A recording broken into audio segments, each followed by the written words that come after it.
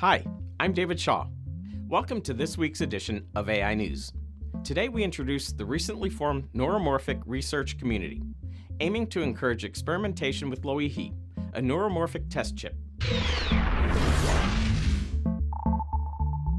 The Loihi test chip has been used to do small-scale demonstrations recognizing 3D objects from multiple viewing angles.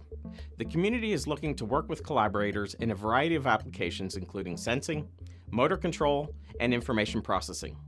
The goal is to expand and run much larger scale applications in conjunction with research collaborators. Proposals are currently being accepted. If you have an idea that falls under one of these research paths, email the team at the address listed on screen. Qualified proposals will receive grants for their work, as well as access to a software development kit and a Loihi test system. Read more at the links provided. Don't forget to like this video and subscribe, and I'll see you next week for more AI News.